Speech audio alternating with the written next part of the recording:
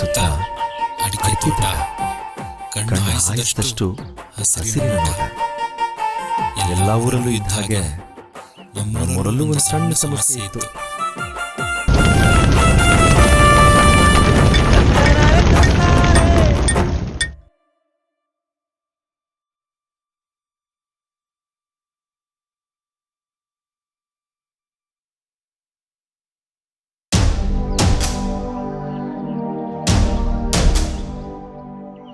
ನಿಮ್ ತಂದೆ ಕಾಲದಲ್ಲಿ ನಾವೆಲ್ಲ ಒಂದ್ ತಾಯಿ ಮಕ್ಕಳ ತರ ಇದ್ವಿ. ಈಗ ಯಾಕೋ ನೀನು ಈ ಅಪಸ್ವರ ತೆಗಿತಾ ಇರೋದು? ಅಪ್ಪ ಹಾಕಿದ ಆಲ್ಮರಕ್ಕೆ ನೇಣ್ ಹಾಕೊಳ್ಳೋ ಮಗ ಅಲ್ಲ ನಾನು. ನನ್ಗೆ ನಂದೇ ಆದ ವಿಚಾರಗಳಿದೆ. ಅಲ್ಬರಿ ನಮ್ ಜನ ಮಾತ್ರ ಓಡಾಡ್ತಾರ ಹೇಳಿ? ಏಯ್ ಚಕ್ರಿ, ಒಂದೂರ ಅಂದ್ಮೇಲೆ ನಾವೆಲ್ಲ ಒಂದೇ ಕಣೋ. ನೀನಂಗೆ ಭೇದ ಭಾವ ಮಾಡಿ ನೋಡ್ಬೇಡ. ಅದ್ ನಮ್ಮಪ್ಪ ಕಷ್ಟಪಟ್ಟು ಸಂಪಾದನೆ ಮಾಡಿರೋ ಜಮೀನು, ಅದನ್ನ ಜೋಪಾನ ಮಾಡ್ಕೊಳ್ಳೋದು ನನ್ ಕರ್ತವ್ಯ. ಓದ್ಲಿಕ್ಕೆ ಅಂತ ಸಿಟಿಗೆ ಹೋದವನ್ ನೀನು. ನಿಮ್ಮಪ್ಪನಿಗೆ ಹುಷಾರಿಲ್ಲ ಅಂತ ಹೇಳಿ ಕಳಿಸ್ದಾಗ್ಲೂ ನೀ ಬರ್ಲಿಲ್ಲ. ಈಗ ಬಂದು ಈ ಮಾತು ಹೇಳ್ತಾ ಇದೀಯಾ? ನಾನ್ ಹೋಗಿದ್ದು ಓದಕ್ಕೆ, ನೀವ್ ಕರ್ದಾಗೆಲ್ಲ ಓಡ್ ಬರಕ್ಕಲ್ಲ. ನೀವೆಲ್ಲ ಏನೇ ಹೇಳಿದ್ರು ನಾನ್ ನಿಮ್ ಮಾತು ಕೇಳಲ್ಲ. ಏನ್ ನಗಲೆಲ್ಲ ಓಡಾಡ್ತಾರ ಹೇಳು? ಸುಮ್ನೆ ಮಾತಾಡ್ತೀಯಪ್ಪ. ಇಷ್ಟಕ್ಕೂ ಸಾಲಿಗೋಗ 4-6 ಮಕ್ಳು ಆ ದಾರಿಯಿಂದ ಓಡಾಡ್ತಾರಪ್ಪ. ಅಪ್ಪಿತಪ್ಪಿ ಒಂದ್ ವೇಳೆ ಆ ದಾರಿಗೆ ಬೇಲಿ ಹಾಕ್ಬಿಟ್ರೆ ಶಾಲೆಗೆ ಹೋಗೋ ಮಕ್ಳು 2 ಮೈಲಿ ಸುತ್ತಾಡ್ಕೊಂಡು ಹೋಗ್ಬೇಕು. ನಿಂಗ್ ಗೊತ್ತಾ? ಬೆಳೆ ಹಾಕಿರ್ತೀನಿ, ಫಸ್ಲು ಬಂದಿರುತ್ತೆ, ಆಗ್ಲೂ ಓಡಾಡಿದ್ರೆ ನಾನ್ ಮಣ್ಣು ತಿನ್ಬೇಕಾ? 2 ಮೈಲಿನೋ 20 ಮೈಲಿನೋ ನನಗ್ ಗೊತ್ತಿಲ್ಲ. ಊರ್ಗ್ ದೊಡ್ಡೋರು ಅಂತ ನೀವೆಲ್ಲ ಇದೀರಲ್ಲ, ಅಷ್ಟ್ ಕಾಳಜಿ ಇದ್ರೆ ಮಾಡ್ಸಿ ರಸ್ತೆನಾ. ನಾನು ನೋಡೋ ತನಕ ನೋಡ್ತೀನಿ, ಆಮೇಲೆ ಬೇಲಿ ಹಾಕೊಂತೀನಿ. ಅದೇನ್ ಮಾಡ್ಕೊಂತೀರಾ ಮಾಡ್ಕೊಳ್ಳಿ. ಯಾರು ಏನು ಸತ್ತಾಗ ಹೊತ್ಕೊಂಡು ಹೋಗಲ್ಲ ಕಣೋ, ಒಬ್ರಿಗೊಬ್ರು ಹೊಂದಾಣಿಕೆ ಮಾಡ್ಕೊಂಡು ಹೋಗ್ಬೇಕು.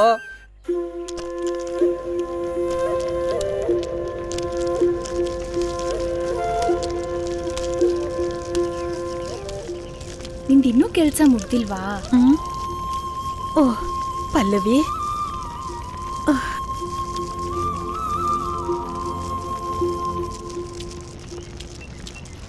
ಮೊದ್ಲು ನೀನ್ ಕುತ್ಕೊಳ್ಳಮ್ಮ.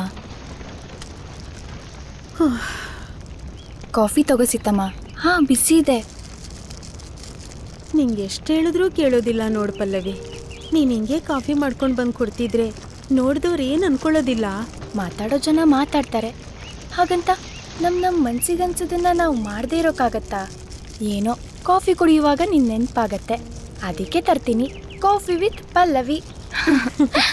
ನಿನ್ ಜೊತೆ ಮಾತಿಗೆ ಕಾಫಿ ಒಂದ್ ನೆಪ ಅಷ್ಟೇ.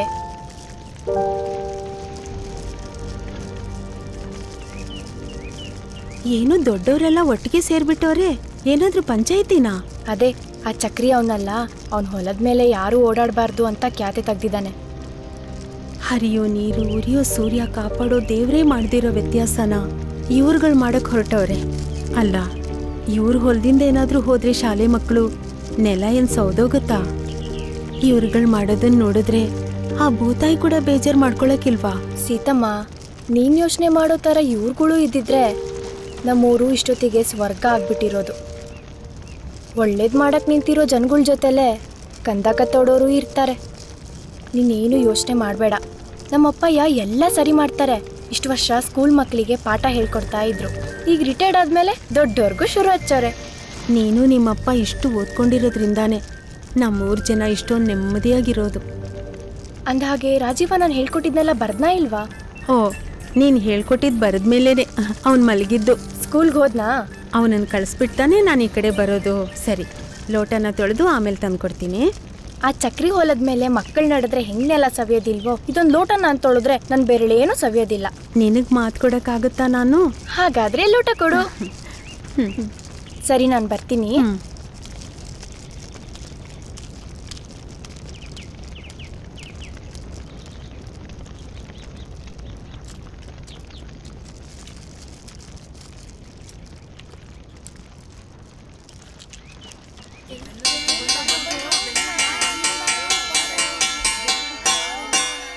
Muniya? Yes sir. Nagaraja? Yes sir. Padma? Yes sir. Rangaswamy? Yes sir. Rajeeva? Rajeeva? ಇಲ್ಲ ಸರ್, ಇನ್ನ ಆಚೆನೇ ಇದ್ದಾನೆ.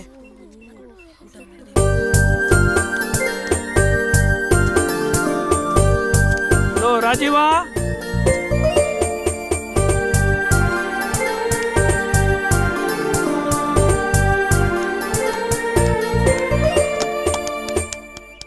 ರಾಜೀವ ಬಂದ? ಕ್ಲಾಸ್ ಶುರು ಆದ್ರೂ ಹೊರಗಡೆ ಏನೋ ಮಾಡ್ತಾ ಇದೀಯಾ?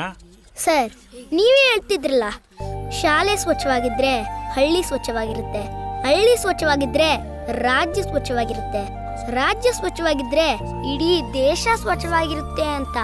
ಅದಕ್ಕೆ ಸರ್ ಶಾಲೆ ಮುಂದಿರೋ ಕಸ ತೆಗೀತಿದ್ದೆ ಸರ್. ಬಾ ಇಲ್ಲಿ.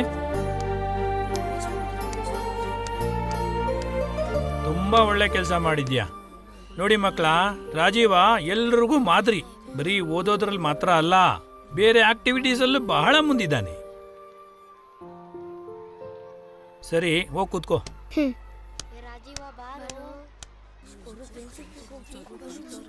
ನೋಡಿ ಮಕ್ಕಳೇ, ಈಗ ಪಾಠ ಶುರು ಮಾಡೋಣ. 112ನೇ ಪುಟದಲ್ಲಿ 2ನೇ ಪ್ಯಾರ ತೆಗೀರಿ. ಕಣ್ಣುಗಳಿದ್ದರೂ ಇಲ್ಲದ ಹಾಗೆ ಬದುಕುತ್ತಿರುವವರು ಹಲವು ಜನ, ಇರದೇ ಇದ್ದರೂ ಇದ್ದಂತಿಹರು ಸಾಧಕರಾಗಿ ಕೆಲವು ಜನ. ಕಣ್ಣುಗಳಿದ್ದರೂ ಇಲ್ಲದ ಹಾಗೆ ಬದುಕುತ್ತಿರುವವರು ಹಲವು ಜನ.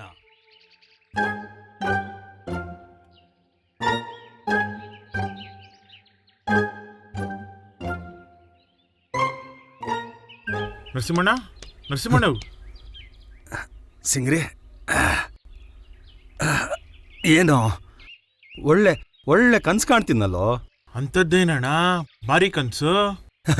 ಗೌಡ್ರ ಕಡೆ ಮಗಳವಳಲ್ಲ, ಅವಳನ್ನ ನಾನು ಮದುವೆ ಆಗಿ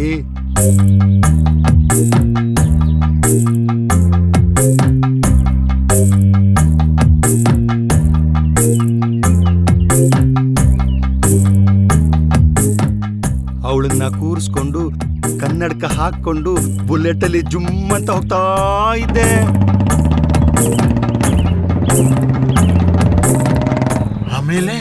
ಆಮೇಲೆ ನನ್ನ ಕೈ ಹ್ಯಾಂಡಲ್ ಮೇಲೆ, ಅವಳ ಕೈ ನನ್ನ ಹೆಗಲ್ ಮೇಲೆ.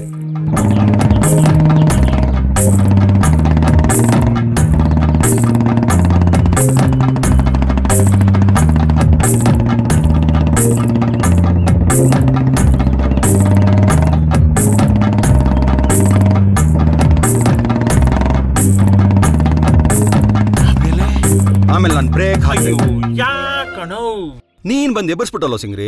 ಇಲ್ಲ ಅಂದಿದ್ರೆ ಅವಳನ್ನ ಕೂರ್ಸ್ಕೊಂಡು ಅದೆಷ್ಟು ದೂರ ಹೋಗ್ತಿದ್ನೋ ಏನೋ. ಅಣ್ಣ, ನಿನ್ಗೆ ನಿದ್ದೆನೂ ಹೊಸ್ದಲ್ಲ, ಕನ್ಸು ಹೊಸ್ದಲ್ಲ.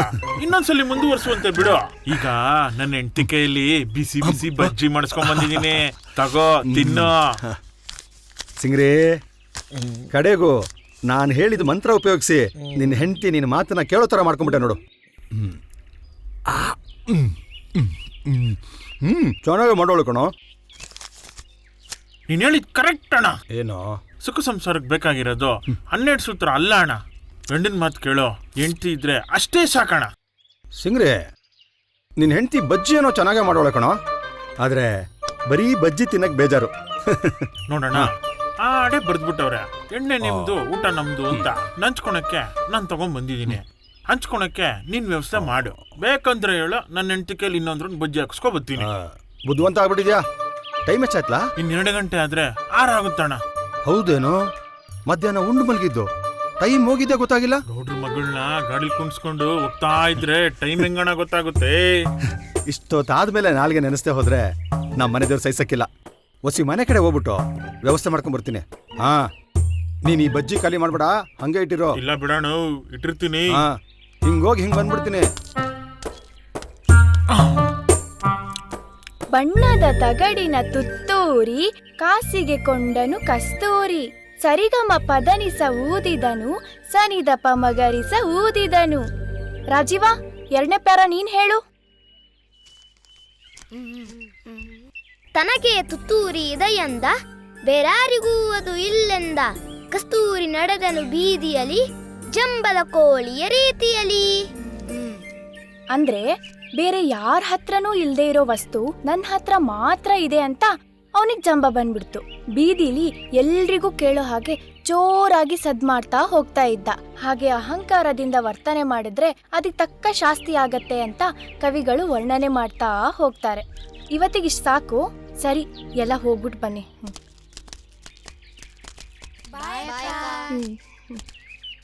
ಬಾಯಕ್ಕ ಬಾಯ್. ಬಾಯ್ ಬಾಯಕ್ಕ. ರಾಜೀವ, ಬಾಯಿಲಿ. ಏನಕ್ಕ? ಏನಿಲ್ಲ, ಚೆನ್ನಾಗಿ ಓದ್ಕೋ. ಆಯ್ತಕ್ಕ, ಬರ್ತೀನಕ್ಕ.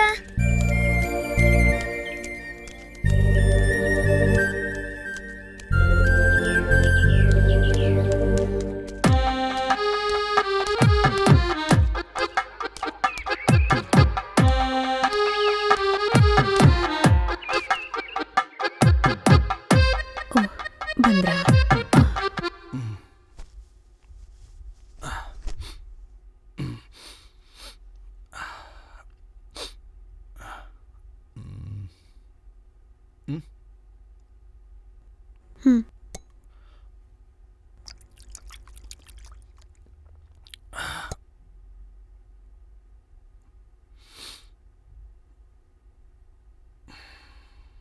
ಅದ್ಯಾಕ್ ಹಂಗ್ ನೋಡ್ತಿದ್ದೀರಾ? ನಿನ್ನನ್ನು ಕಟ್ಕೊಂಡಿದ್ದ ತಪ್ಪಿಗೆ. ಮದ್ವೆ ಆದ ಹೊಸ್ತ್ರಲ್ಲಿ ನಿನ್ನನ್ನೇ ನೋಡ್ತಾ ಇರ್ಬೇಕು ಅಂತಿದ್ರಿ, ಈಗ ನೋಡಿದ್ರೆ ಹಿಂಗ್ ಮಾತಾಡ್ತಿದ್ದೀರಾ? ಹೌದು ಕಣೆ, ನಾನು ಹಂಗೆ ಇದ್ದಂಗಿರಲ್ಲ. ಏನಿವಾಗ ಮನೆಗೆ ಬಂದ್ರೆ ಸಾಕು, ಏನಾದ್ರೂ ಒಂದು ರಗಳೆ ತೆಗಿತೀಯ. ಸರಿ, ಏನಾದ್ರೂ ಚಿಲ್ಲರೆ ಕಾಸು ಇಟ್ಟಿದ್ಯಾ? ನಂತವೆಲ್ಲ ಐತೆ. ನೋಡು, ಅಲ್ಲಿ ಇಲ್ಲಿ ಇಟ್ಟಿರ್ತೀಯ ನನಗೆ ಕಾಣಿಸ್ದಂಗೆ. ಮಗನ್ಗೆ ಅದ್ ಕೊಡ್ಸ್ಬೇಕು ಇದ್ ಕೊಡ್ಸ್ಬೇಕು ಅಂತ. ಅದನ್ನೇ ತಕ್ಕೊಡು. ಯಾವಾಗ್ಲೂ ಕಾಸ್ ಕೇಳಿದ್ರೆ ನನ್ನ ಹತ್ರ ಎಲ್ಲಿರುತ್ತೆ? ನಾನ್ ಎಲ್ಲಿಂದ ಅಂತ ತರ್ಲಿ? ಮದ್ವೆಗ್ ಬಂದಿರೋ ಒಡವೆನೂ ಮಾರ್ಕೊಂಡ್ರಿ, ಪಾತ್ರೆ ಪಡ್ಗನೂ ಬಿಡ್ಲಿಲ್ಲ. ಆಹಾ, ಏನ್ ದೊರೆಸಾನಿ ಮಗಳು ಇವಳು. 20 ತೊಲ ಚಿನ್ನ ಹಾಕಿ ಕಳ್ಸಿದ್ರು ಇವ್ರ ಅಪ್ಪ ಅಮ್ಮ. ಮಾರ್ಕೊಂಬಿಟ್ಟೆ.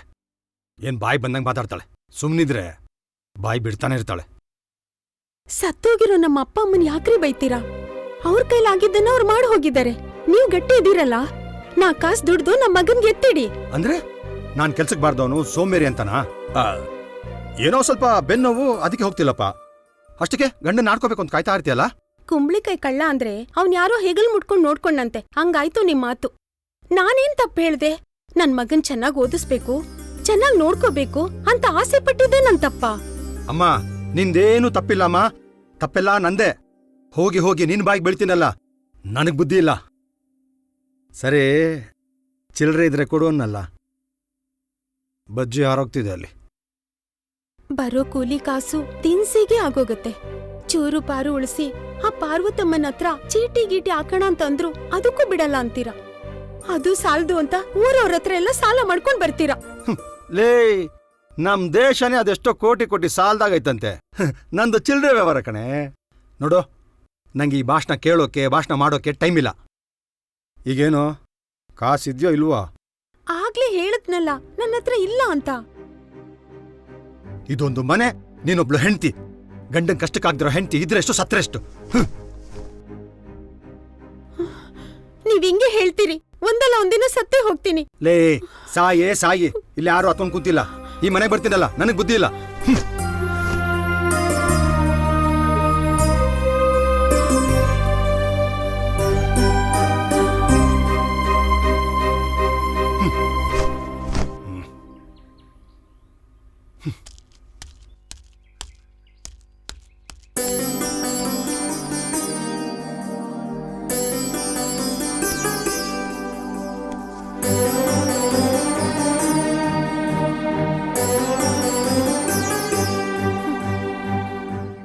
ಓಹ್ ರಾಜೀವ, ಯಾವಾಗ ಬಂದೆ? ಪಲ್ಲವಿ ಅಕ್ಕ ಏನ್ ಹೇಳ್ಕೊಟ್ಲು?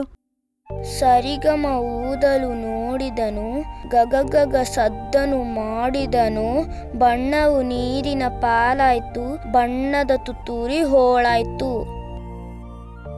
ಪದ್ಯ ಹೇಳ್ಕೊಟ್ಲಾ? ಆ ಪಲ್ಲವಿಗ್ ನಾವೇನ್ ಹೇಳಿದ್ರೂ ಕಡಿಮೆನೆ. ದೊಡ್ಡ ಮನೆ ಮಕ್ಳು ದೊಡ್ಡವರೇ ಅಂದಂಗೆ ಯಾವ ಸ್ವಾರ್ಥನೂ ಇಲ್ದೆ, ₹1 ಆಸೆ ಪಡ್ದೆ ನಿಂಗ್ ಟ್ಯೂಷನ್ ಹೇಳ್ಕೊಡ್ತಿದ್ದಾಳೆ.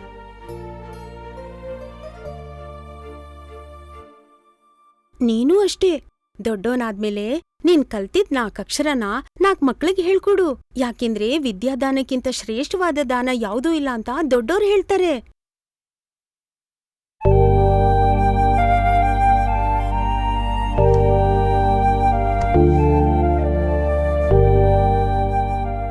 ಲೇ, ಸಾಯಿ ಇಲ್ಲಿ ಯಾರು ಹತ್ಕೊಂಡ್ ಕೂತಿಲ್ಲ. ಈ ಮನೆಗೆ ಬರ್ತೀನಲ್ಲ, ನನಗ್ ಬುದ್ಧಿ ಇಲ್ಲ. ಅಮ್ಮ, ಅಪ್ಪ ಯಾವಾಗ ಬಂದಿದ್ದು? ಏನೋ ಹೇಳ್ತಾ ಇತ್ತು. ನಿನ್ ವಿಷಯನೇ ಹೇಳ್ತಿದ್ರು. ಈ ಸಲ ಹಬ್ಬಕ್ಕೆ ಹೊಸ ಬಟ್ಟೆ ತರ್ಬೇಕು, ಬೇಸಿಗೆ ರಜೆಗೆ ಹೊಸ ಸೈಕಲ್ ಕೊಡಿಸ್ಬೇಕು ಅಂತಿದ್ರು. ನಿಜವಾಗ್ಲೂನಮ್ಮ? ನಾನ್ಯಾಕೋ ಸುಳ್ಳು ಹೇಳಿ? ಬೇಕಾದ್ರೆ ನಿಮ್ಮಪ್ಪ ಮನೆಗ್ ಬಂದಾಗ ನೀನೇ ಕೇಳು. ಅಪ್ಪ ನನ್ನ ಹತ್ರ ಮಾತೇ ಆಡಲ್ಲ. ಅವ್ರು ಯಾವಾಗ ಮನೆಗ್ ಬರ್ತಾರಂತನೂ ಗೊತ್ತಾಗಲ್ಲ. ನಿಮ್ಮಪ್ಪಂಗ್ ಹೊರಗಡೆ ಏನ್ ಕೆಲ್ಸನೋ ಏನೋ.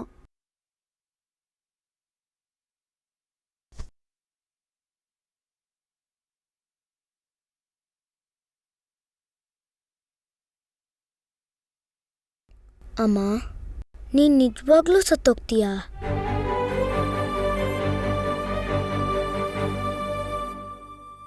ನಾನ್ಯಾಕೋ ಸಾಯ್ಲಿ? ನಿನ್ನ ಹೈಸ್ಕೂಲಿಗೆ ಸೇರ್ಸ್ಬೇಕು, ಕಾಲೇಜ್ಗೂ ಕಳಿಸ್ಬೇಕು. ನಿನ್ ಕಾಲ್ ಮೇಲೆ ನೀನ್ ನಿಲ್ಲೋದು ನೋಡಿನೇ ನಾನ್ ಸಾಯೋದು. ಅಕಸ್ಮಾತ್ ನೀನ್ ಸತ್ತೋದ್ರೆ ನನ್ನ ಯಾರಮ್ಮ ನೋಡ್ಕೊಂತಾರೆ? ಆ ದೇವ್ರು ಈ ಜಗತ್ನಲ್ಲಿ ಪ್ರತಿಯೊಂದಕ್ಕೂ ಒಂದ್ ಆಸರೆ ಅಂತ ಮಾಡಿರ್ತಾನೆ. ಈ ದೊಡ್ಡ ದೊಡ್ಡ ಮಾತೆಲ್ಲ ಯಾಕ್ ನಿಂಗೆ? ಸಾರ್ ಬಿಸಿ ಮಾಡಿ ಅನ್ನ ತಿನ್ನಿಸ್ತೀನಿರು.